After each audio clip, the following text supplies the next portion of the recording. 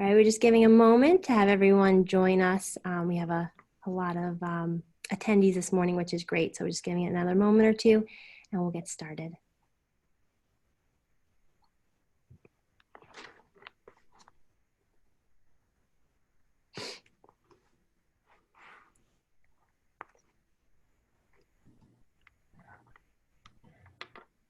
Wonderful.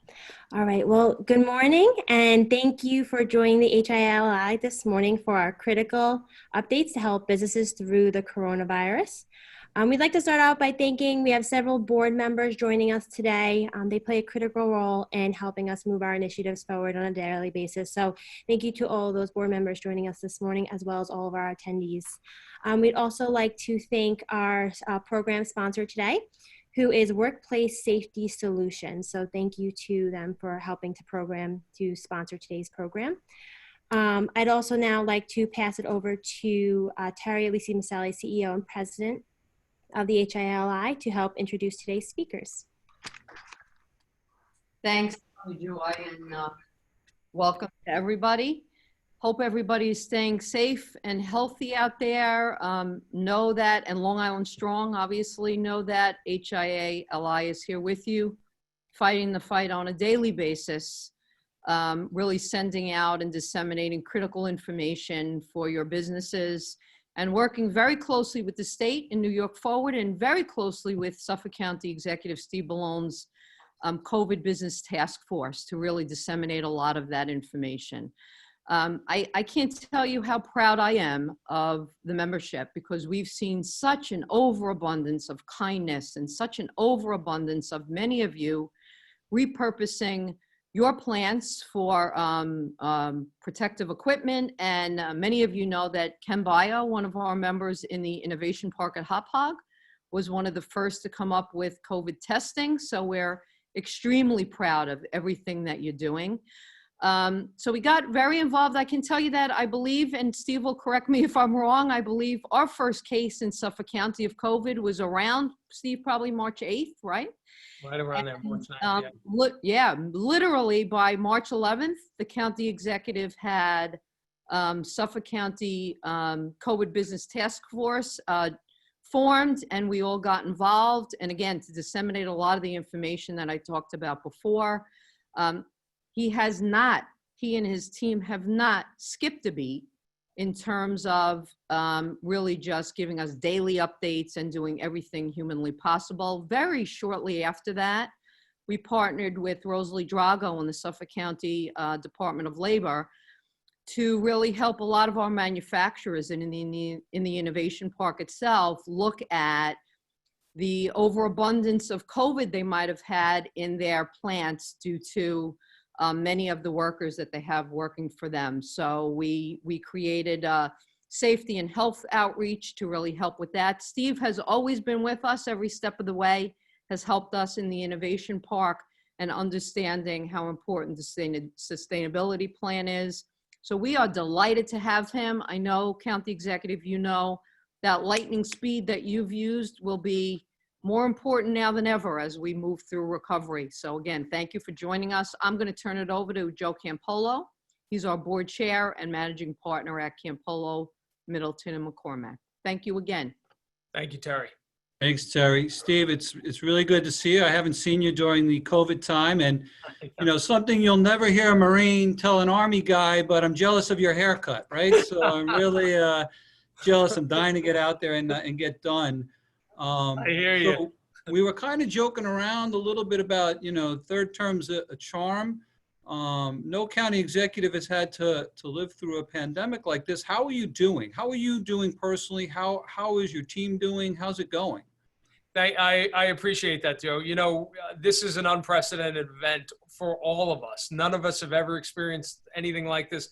None of us could have foreseen this, anticipated this, prepared for this in any comprehensive way on a local level. And it has been, you know, a trying experience for everybody. We started out here in the county, the first person testing positive for the virus in county government. This is a 10,000 person government, was one of my top people, one of our deputy county executives. That placed the entire leadership team essentially in quarantine right at the start of this, and I said, look, we have to follow the protocols. We're going to lead by example here because this event is going to be a long-term event. We did that, and that sort of kicked this off for us. But we're in this place now, Joe. For me, I've been at this for, I think, 105, 106 days straight, nonstop, early morning to late at night. And we're still in the crisis period from my perspective here, because until we get our economy fully back open again and get all of our businesses back open again, this is a crisis. When we get to that point, it doesn't mean this is over. It just means we're now fully shifted into the recovery period. And it's going to be a long recovery. That in some ways is going to be determined by what the federal government does as well, which we can talk about because that is important. But we are still in the crisis period. And as Terry had mentioned, our focus from the beginning, we knew that this was not just a health crisis, a pandemic. We knew it would immediately follow an economic crisis, a human services crisis, a fiscal crisis. And from the start, we have focused on all of those things. Yeah, it's been really great, and we'll talk a lot about that. I want to remind the viewers, I know a bunch of people sent questions in.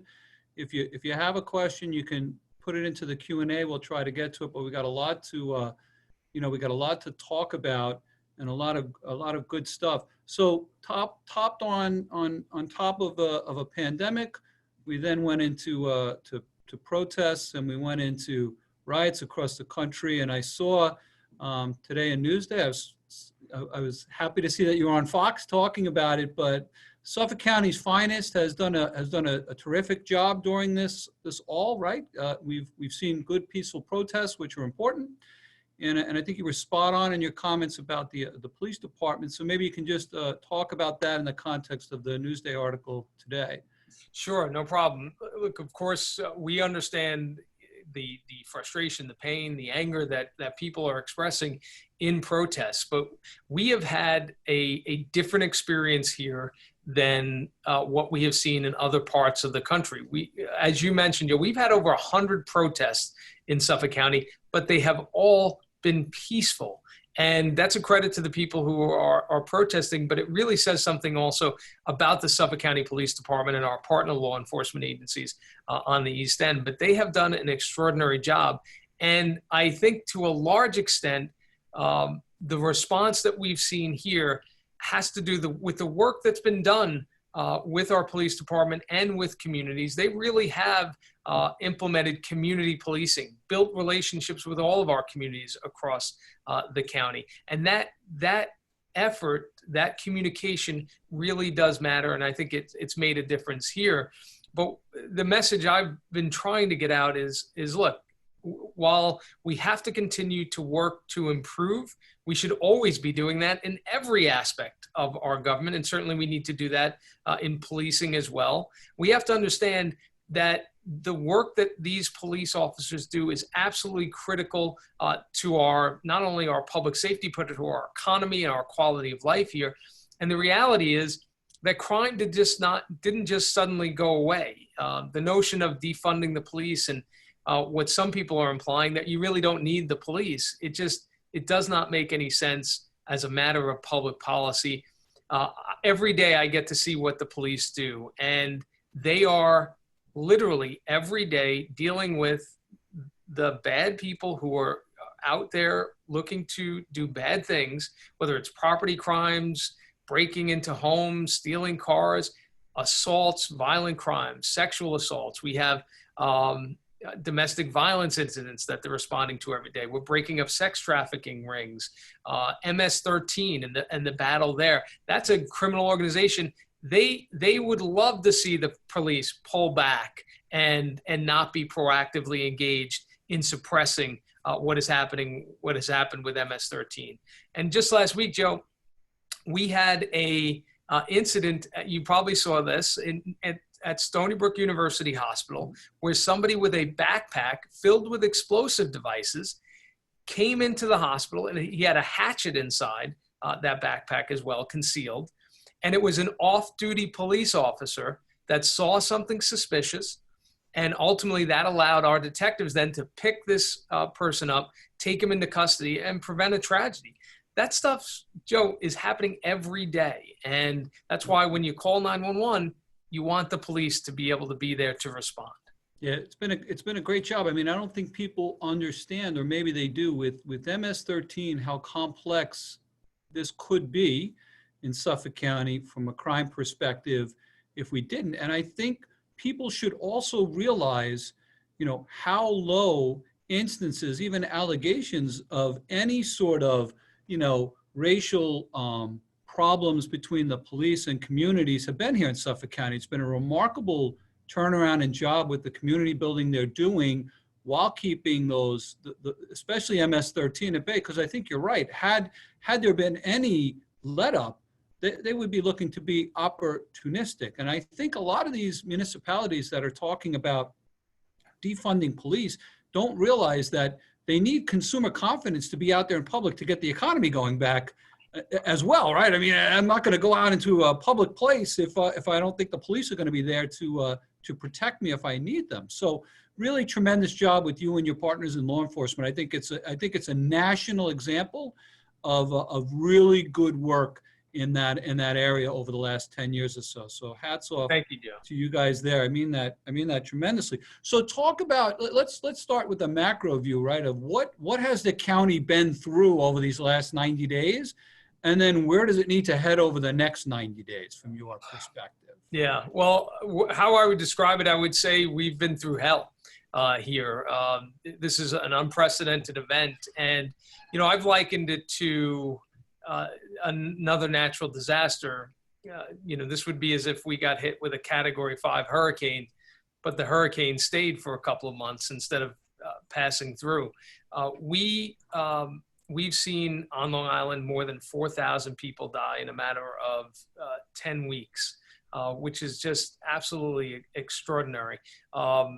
The people are starting to forget a little bit now, but I think for most of us who lived through this, we will never forget it, that there was great fear and concern that the hospital system itself in the region would be completely overwhelmed by this virus. And when you looked at the numbers, as I've been every day reporting numbers and tracking these, where the number of people going into our hospitals was rising by 100, 150, 200, 250 a day as we were moving forward here, it appeared that might be exactly what happens. And we were struggling to do everything we can to prevent that from happening.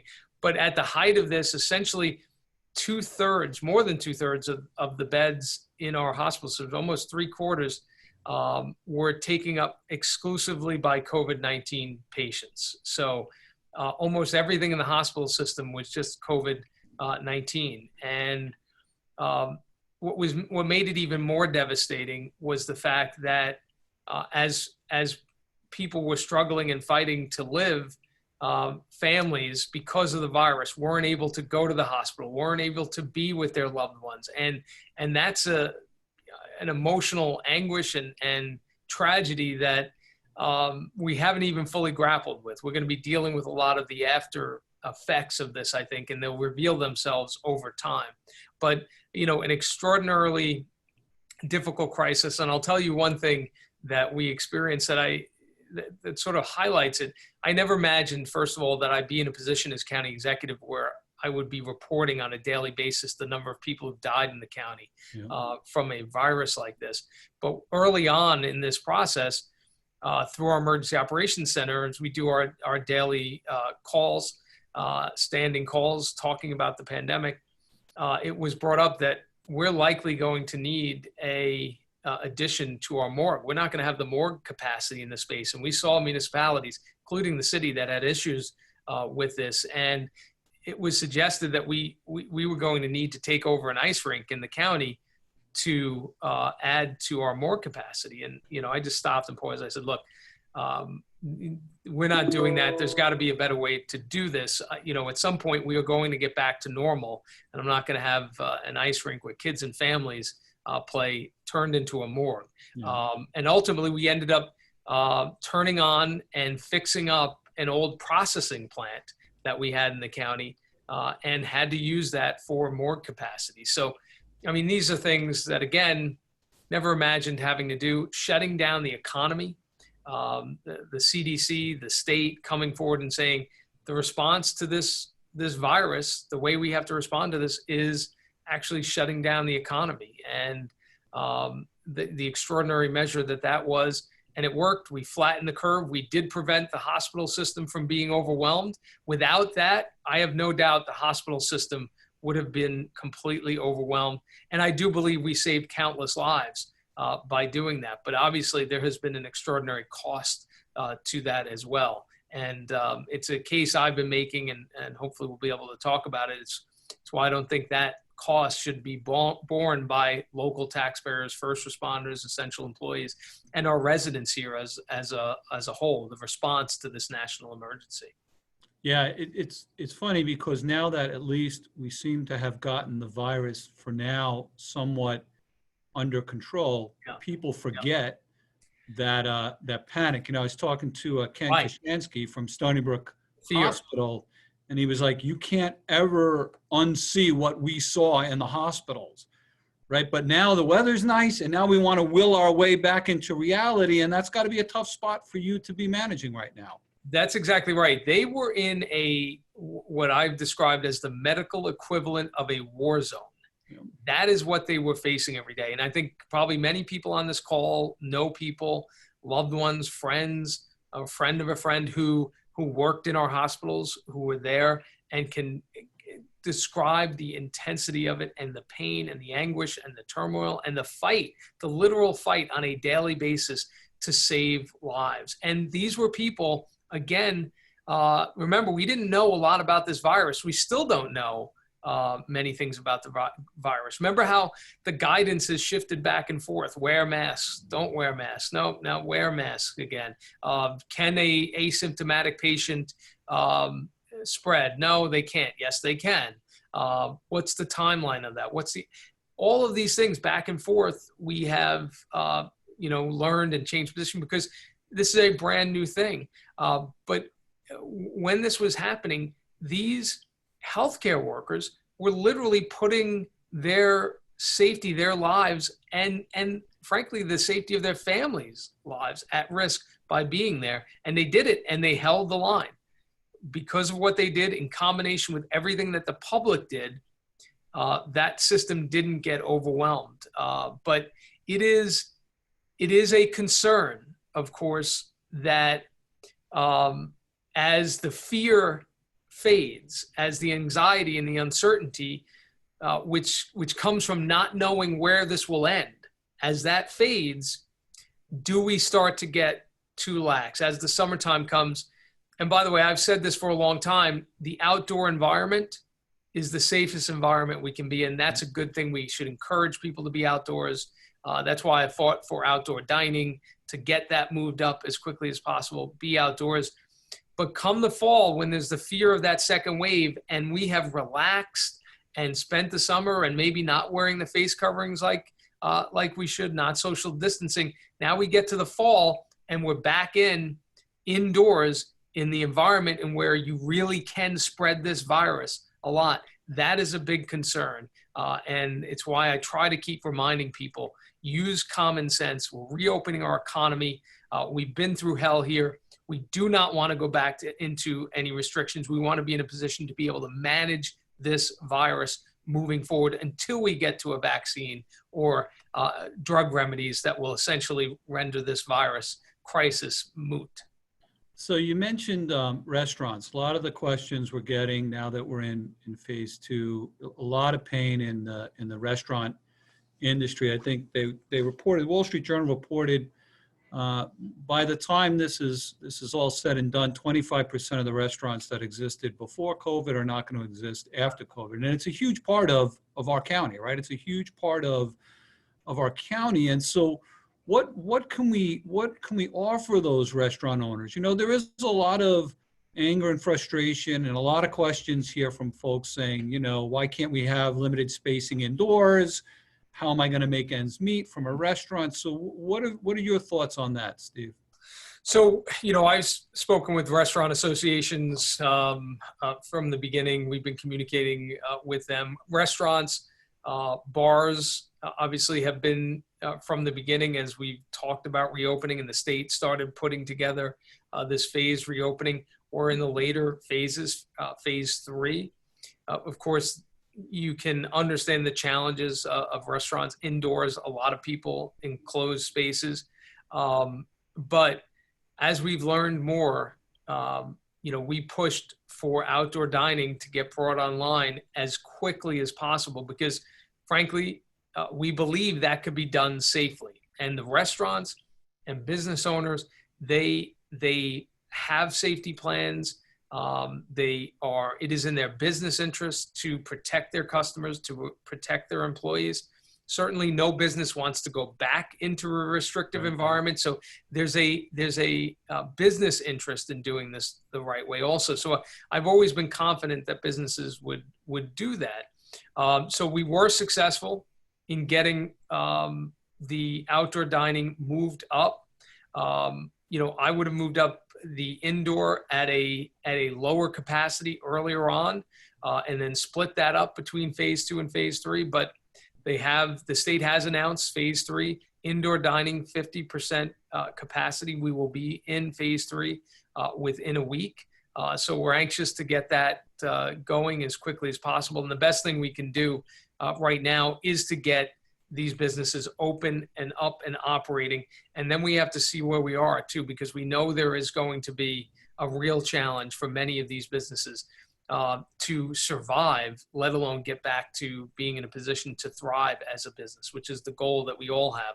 And from the beginning, what we've tried to do in the county is to take in information from the business community and really be a conduit to provide that information up to the state, to our federal partners. Early on, our push was, because we heard through our business recovery unit that we launched right away, the input from the business community, we said to the federal government, the best thing you could do, give the money directly to businesses.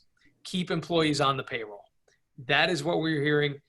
To the extent we can keep people off the unemployment line, keep them working for these businesses so that when they are ready to reopen, they have everything in place that they need. They're not pulling employees back. That's the best thing we can do. So continuing moving forward, we know there are going to be challenges for restaurants. We're going to have to do additional things. The government, or I think our federal government, is going to need to do additional things, and we'll be able to communicate that up to our partners there. Yeah, you've done a terrific job, and you won't say it, but I'll say it because I know it's very difficult, especially here on Long Island, especially here in Suffolk County, which may not always, the constituents may not always agree with Albany. I think you've done a really good job with trying to manage that relationship because we're going to need help. We're going to need state help. I mean, there's no way around it, right? I mean, we got clobbered. We got absolutely clobbered. Yep. And so you can only be so adversarial, but you got to try and work that out. And I think you've done a terrific job threading that needle, Steve, because we are going to need, people don't realize when you think about the macro of Suffolk County, we mentioned MS-13, right, which is a challenge that you guys have that doesn't really exist across the nation in such a compacted area.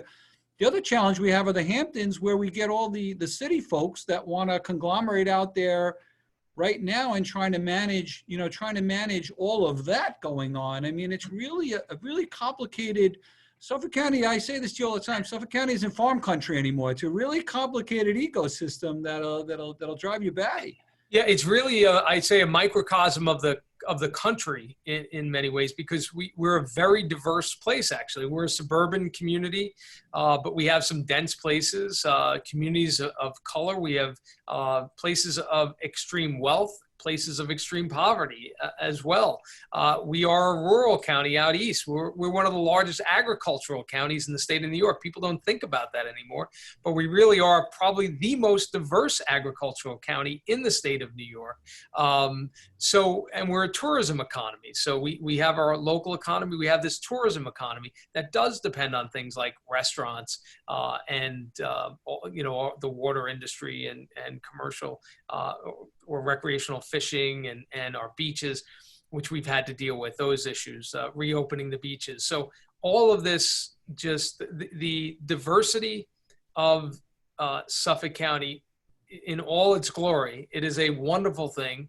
I take great pride in it. I love to talk about it around the state, but it does present unique challenges when you're dealing with multiple crises as we are now: a global pandemic, a civil unrest, a economic crisis, a fiscal emergency. All of these things essentially happening at the same time.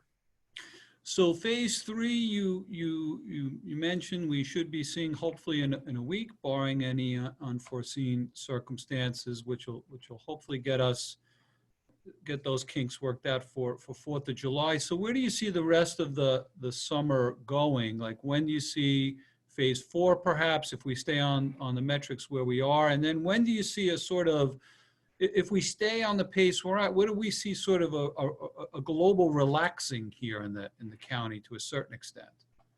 So I think, look, as I said, Joe, for me, I personally will not feel like we've moved out of the crisis stage until we get the economy fully reopened.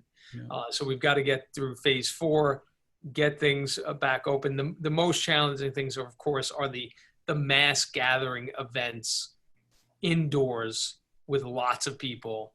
Those are that's the last piece where, and I don't know when we get to that, honestly, but everything else in our economy should be able to reopen. We're trying to get our cultural arts institutions, museums back open, reduced capacity. They can open, that's indoors, but if you have reduced capacity, that can be managed and done in a safe way. A lot of our cultural institutions out east, they really have a season, just like restaurants do here. So important to get those back open. We're trying to get the Long Island Ducks back up and operating in July in phase 4 with fans and a limited capacity to be able to be there. And I think once we get to phase 4 and we're open, we're going to have a good summer. We're actually launching our drive-in movie series this Saturday at Smith Point County Park. We're showing Jaws at the beach. It's the 45th anniversary of the release of Jaws, which I saw as a kid. I'm not sure why. It traumatized me. I saw it in a drive-in, Quorum drive-in, and it traumatized me. I'm still not sure why my dad took me at that age to see Jaws. I don't think he knew what it was going to be. But, we're determined to make sure we have a good summer. My concern is as we then get back to the fall and the possibility of a second wave. I think we will get through this summer. We will be in good shape. We have the testing and contact tracing in place that's necessary to see if there are spikes and to be able to immediately clamp down on those and to put specific targeted measures in place rather than looking at targeting the entire economy. Because we have that testing and contact tracing in place, we can do it in a targeted fashion. I'm very confident, people being outdoors in the summertime, we're going to be in good shape throughout the summer, but it is the fall. Kids going back to school, everybody now being indoors once again. The possibility of a second wave hitting, maybe mixing with the flu. That's a big concern and really what I'm thinking about a lot now. Yeah, that makes a lot of sense. I think it's terribly unfair the way people just try to say, well, elected officials, they're not concerned about business. I mean, you have a budget. And the budget is driven a large part by tax revenues, and a large part of those tax revenues are sales tax and other revenues from business. So I think we're all sort of in this together. So there's going to need, if things are going to be at 50% capacity, though, Steve, there's going to need to be more stimulus dollars coming out of Washington, right? So as HIA, we got a pretty loud bullhorn. What are things that you anticipate the county is going to need so we can help lean on people and assist you in that regard as well? Well, first of all, I do think there will need to be some more support for small business. I think we need to see support for infrastructure investments. I think that is critical for getting the economy moving over the long term as well. So make those critical infrastructure investments now into our economy. That's going to help stimulate the economy in the immediate, but also provide support for expansion over the long term. which is a very good thing. That's when we should be making those investments now. Interest rates are low. With the county in particular, this is critical. The Federal Reserve Chairman has more than twice now stated as clearly as he can, because they are very reserved in how they speak, very careful in the words they say, but for them, essentially shouting from the rooftop, you need to provide support and relief for state and local governments that have been hit hard by COVID-19. He said, coming out of the last recession, the Great Recession, the biggest drag on the economy over the following decade was the fact that there was not relief provided to state and local governments. And I think that's a lesson learned here. Joe, we are now facing a situation in the county, and you mentioned sales tax. We are a government, the county level of government is one that is reliant on heavily on revenues that are very responsive to economic issues. So the sales tax is the most prominent among those. But of course, we collect revenue from Jake's 58, the casino, and there are other revenues like that. We are looking at a cataclysmic shortfall, which is not surprising when the response to this natural disaster is to shut down the economy. So we had a report done by an independent group of municipal and finance experts. At the very beginning, I knew there would be a financial crisis as a result of this. So we put them together. He said, get to work. In the short term, which is now in the next 3 months, we're looking at an $829 million budget hole that needs to be filled in the next 3 months, closed in the next 3 months. We're looking at over the next 2 years, a $1.1 to $1.5 billion budget hole. Those numbers are catastrophic. And if we think about what county government does, it is public safety, public health, human services, social services, all of the things that were critical in the response to COVID-19, but that are going to be even more important, more critical as we recover from this. And for me, this is very simple. As I said before, this is no different from my perspective than if we had been hit by a Category 5 hurricane. Of course, the federal government is going to be there to provide relief to the places that have been hit hard by a natural disaster. It is what we do. But I also think, Joe, that it is justified. It's justified and it's smart. I'll take those each separately. Justified. We send, you know this very well, Joe, we send billions of dollars more to Washington every single year from Long Island than we ever see in return. What we are simply saying now is that essentially in the immediate, we're looking at a $1 billion need. And then following that, you're probably looking at several $100 million or more that we have to continue to figure out and manage through. And we're going to do that reimagining this government, continuing our efforts, accelerating our efforts to transform it, make it more efficient, make it more productive. We've learned a lot of things coming out of this. But we're simply asking the federal government to give us back just a fraction of what we send to them every single year. That's it.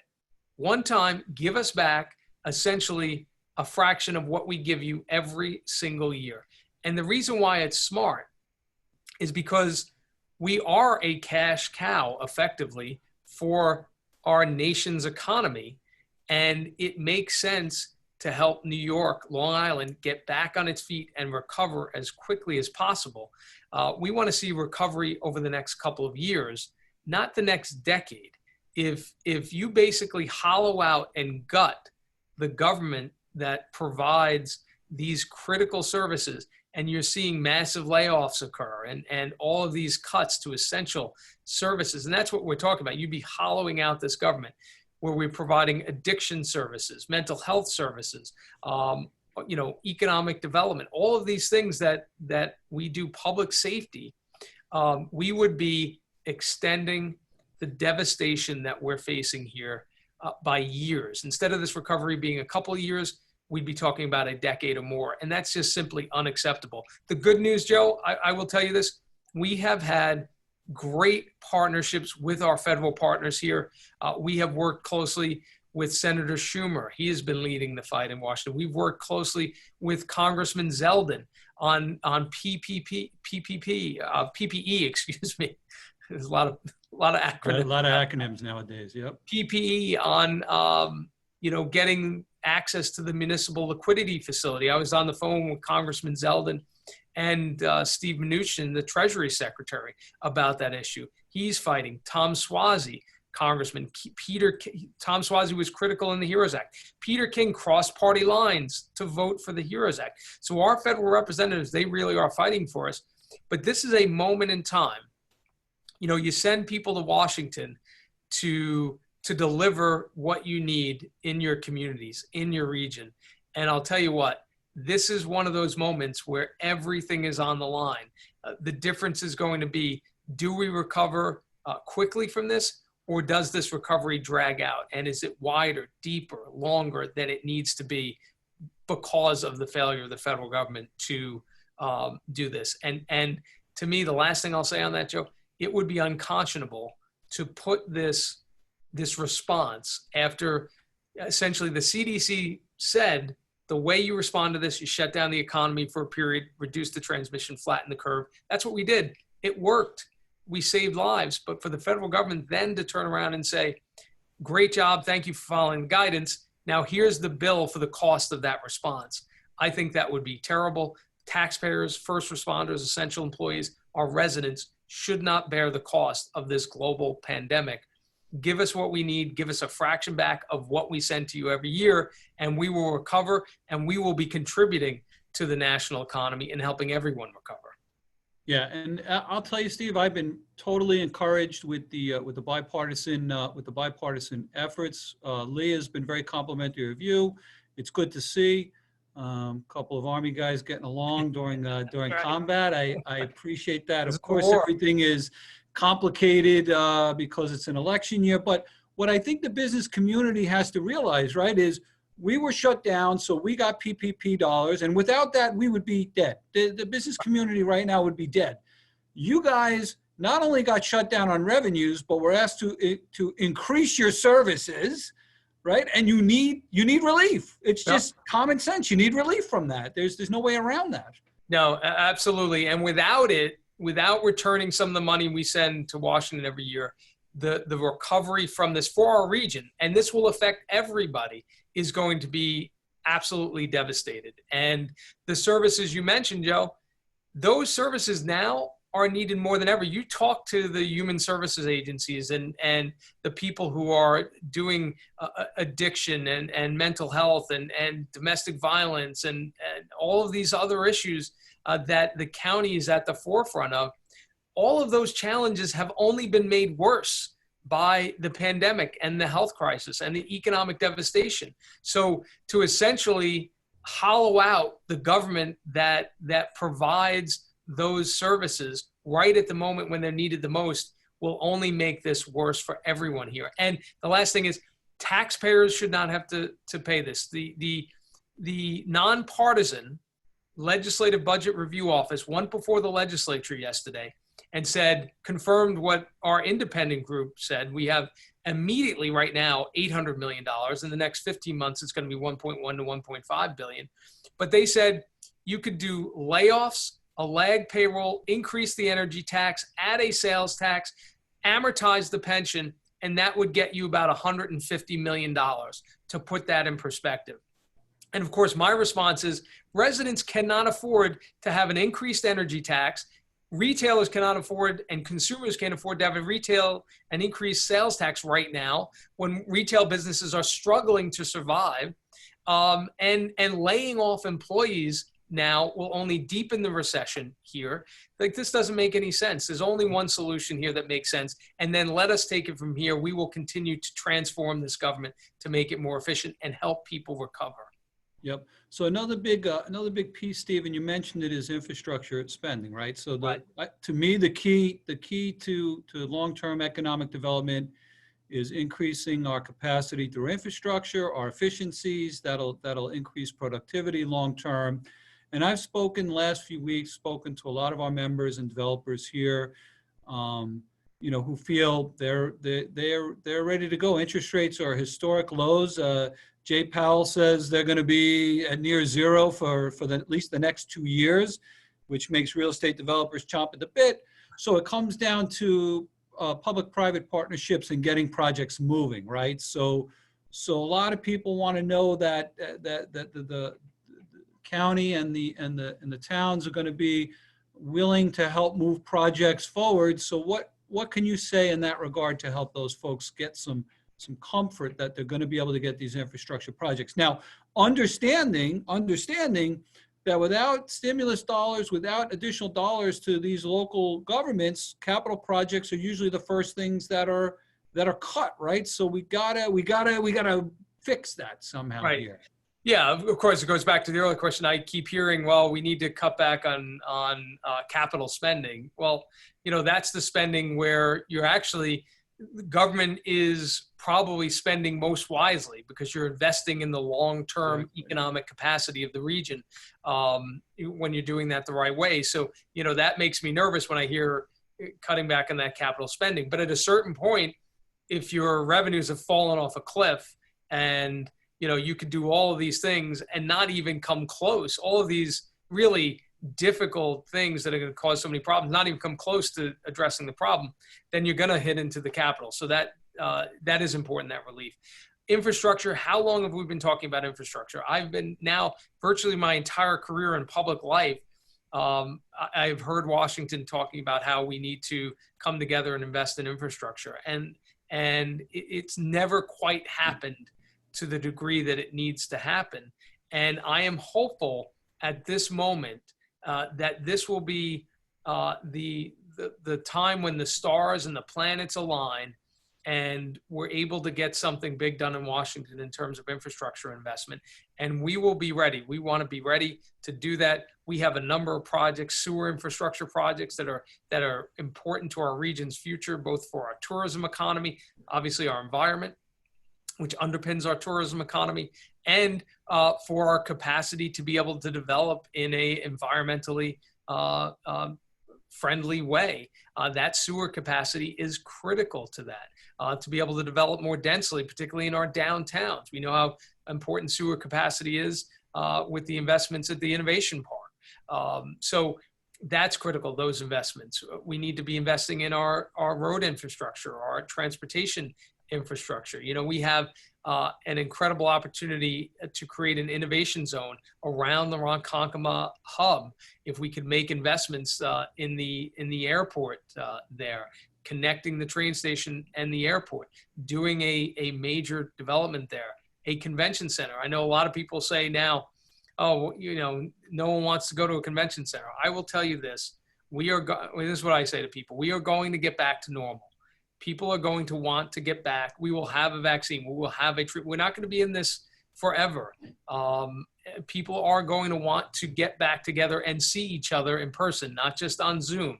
And I saw that just when outdoor dining occurred, because people were questioning, oh, will people want to go out? Will people be willing to come out, or will they be afraid? Will they be nervous? And what we saw is, no, people are thirsting for it. They want to be around other people. They want to be out and about and doing things. So we will get back to that normal. So that's a long-term project for our region that could bring great benefits when you think about third track and double track and East Side Access coming online now. Also building a new train station in Yaphank by Brookhaven National Laboratory. We have the electron ion collider that's going to be built over there. That's going to be an incredible investment in our future here. And we have to make sure we're making the capital investments around that will allow us to really leverage it to the fullest extent and grow the economy and create jobs. So there are tremendous opportunities here. And while we are dealing with the fiscal crisis and the pandemic and the civil unrest, we still have to be thinking about getting those infrastructure dollars in here so that we're planning for a bright economic future in the coming years. Yeah, and I totally applaud your optimism there, Steve. It's been such a heartbreaking time. I mean, just across the board, you look at how much progress we made here in the county with, like you said, sewers, and really on the cusp of really blowing up. really great projects, revitalizing downtowns, all these things. It would just be such a shame to lose that momentum at this point from a dollars perspective. We need the resources here in Suffolk County, and we are certainly fighting at HIA every step of the way to help you get those resources here in the county. So what do you see, right? What do you see in terms of recovery? There's talks about U's, V's, W's, L's. Do you see a slower recovery? Do you see a sort of bouncing back and then holding our breath in the fall, waiting to see what happens? How do you see it from your vantage point? Well, I think some of it depends on what happens, and that's not knowable right now. It will depend on what happens in the fall. That's why I'm concerned about the fall and, thinking about how we're messaging and how we're communicating when we do get back and kids are back in school and we're all indoors again and the flu season is kicking in, and maybe we become a little more lax. If a second wave hits, and we've seen in history, in pandemics, second and third waves happening, then that's going to have a serious impact on our economy. And we do not want to see that happen. That's why I'm very focused also on the testing and the contact tracing program, because I do believe that is a defense against that if we do this well and do this right. But if that doesn't happen, the other factor here is what the federal government does, because only the federal government can step in a time like this. And I'm encouraged by what's been done so far. More needs to be done. We've talked a lot about that. But if the federal government makes those additional investments in small business, provides relief to state and local governments, and provides infrastructure funding, and we don't see a second wave happen, I'm very optimistic about a recovery where we're looking at next year coming back and then the following year really coming back strong. Yeah, so a lot of talk, and of course everyone's concerned about this second wave, but we're infinitely much more prepared from an infrastructure perspective and everything else. So 100%. talk about that, right? 100%. And look, when this first happened, we had no knowledge and no expectation that this would hit us like this. So when it happened, it was just like a freight train coming down the tracks, and it happened so quickly. But now we know the basic things that are necessary to stop this virus. It is a separation, either a separation that comes from a face covering or just a separation that you do physically from another person. If you do that, you're going to stop the transmission of the virus. So it's common sense things. And to me, it's three things that are common sense. It's, when you're out and about, if you can't socially distance, wear a face covering. When you can, socially distance. Just as a matter, until we get this virus under control, just keep apart. And like I said, when you can't, have a face covering. And then if you're sick or you're not feeling well, stay home. I know I'm one who would always just ignore it, and I would go in no matter what. It was really almost a matter of pride. Now I'm going to work. You know what? Work from home. If you need to work, then you work from home. We need to do that. But if you do those three simple things, if you're not feeling well, stay home, socially distance. If you can't socially distance, have a face covering on. I think we're good. The question is, can we do that? Can we maintain that in the fall? If we do, I think we will, and the federal government does what it needs to do, I think we will have a very positive recovery. Yeah, so last question, and then you can make whatever closing comments you want. But last question I have is, we touched on it, but sporting events, sporting venues, I tried watching golf last weekend without spectators. It kind of sucks, right? Nobody really wants to do that. Yeah. It's such a big part of America. It's such a big part of wanting to go to a ball game or wanting to, even the university. It's really tough. So how does that in your mind, how do we get back to, to that? Because I'll never forget, Steve, for the rest of my life, that Mike Piazza home run after 9/11, right? And the roar of the crowd. I'll just never forget it. And we need that moment here to get us all past this hard time. So how are we doing that? Yeah, I was at the Aaron Boone game when he hit Game 7, hit that home run, and it's something I'll never forget. And I'll tell you, we're big Yankees fans, so Yep. I'll admit that. And my daughter's 12 years old. This would have been her 13th season going to see the Yankees play. Yep. She's been to a game every year since at least one game since she was born.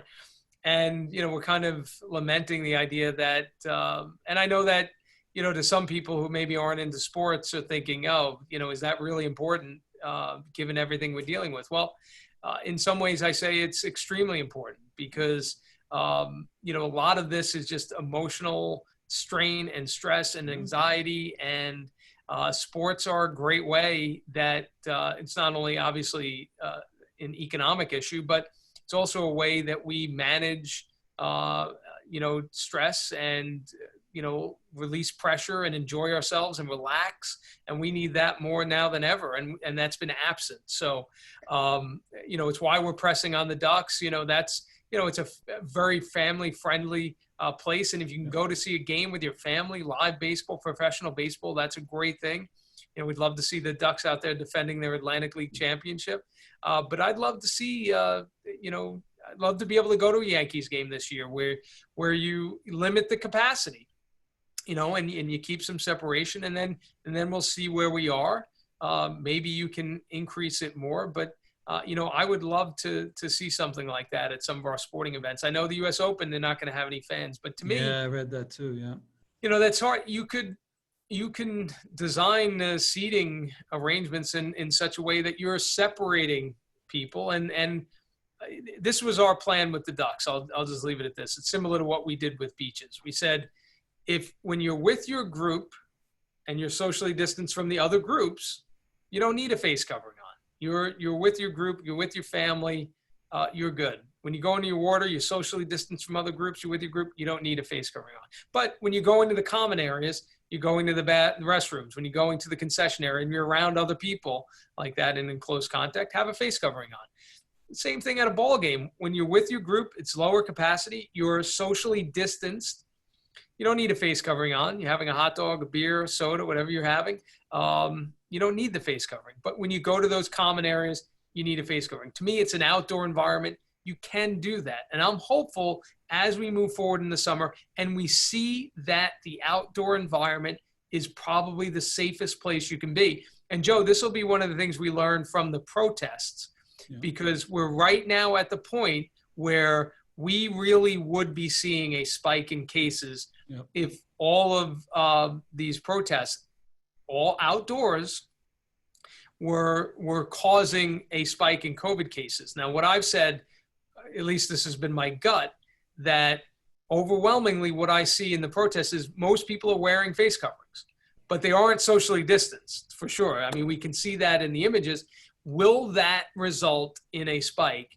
My guess has been it wouldn't. So far, the numbers bear out. We have not seen a spike in cases as a result of protests. That should inform our judgment moving forward of things like you're talking about, major sporting events, where you limit capacity, keep people separated, and you can be safe. That is a safe environment, I think. And hopefully we'll be able to see later in the summer that there are possibilities to do that. Yeah, it's certainly a hard thing from a layman's perspective to say, well, if it's not spiking from a protest, why can't I go to a ball game and have a beer and high five my buddy and everything else, right? It's a hard thing to digest, that's for sure. And that's why the governor has said this from the very beginning, everything should be evidence-based, data-driven. Well, let's look at the evidence. Let's learn from that as well.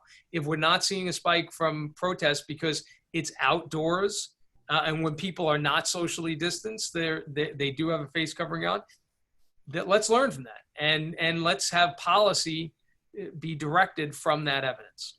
Yep. Well, Steve, that's great. I think our time is up. It's really been great spending some time seeing you, talking to you. I miss you, man. I miss I know. Miss seeing you out there.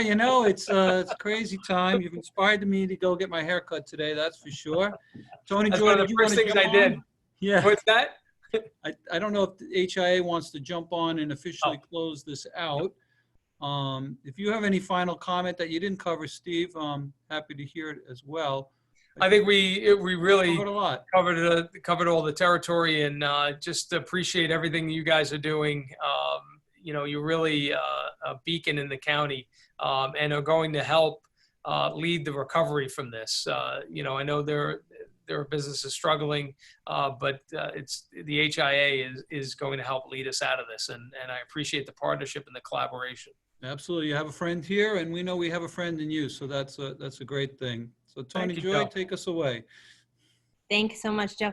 And again, I just want to thank both Joe and Suffolk County Executive Steve Bellone for this very informative, enlightening discussion. Definitely seeing a light, I think, at the end of the tunnel here. So thank you both. Just really some quick updates for our attendees as far as some upcoming programs that we have. Coming at the end of this month, we do have our HIA-LI Stronger Than Ever virtual run walk, which we are very excited about. If you want to walk, jog, move in any direction, any way that you can to stay physically fit, and just join us in this exciting fundraising opportunity. If you hashtag HIA-LI Stronger Than Ever, we'll be able to share it on our social media and just kind of really show and build up that excitement. So that's Thursday, June 25th to Tuesday, June 30th. So if you participate anytime in that window, we'll be excited to be able to share that with on our social media.